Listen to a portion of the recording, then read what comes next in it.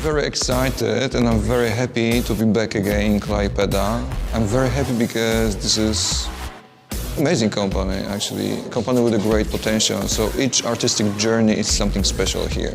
So I think this is one of the reasons the cooperation with the company is so interesting from my artistic point of view. Just because their values, the quality they can bring to the work. So yeah, I'm very happy that after Faust performance, I can be back here again.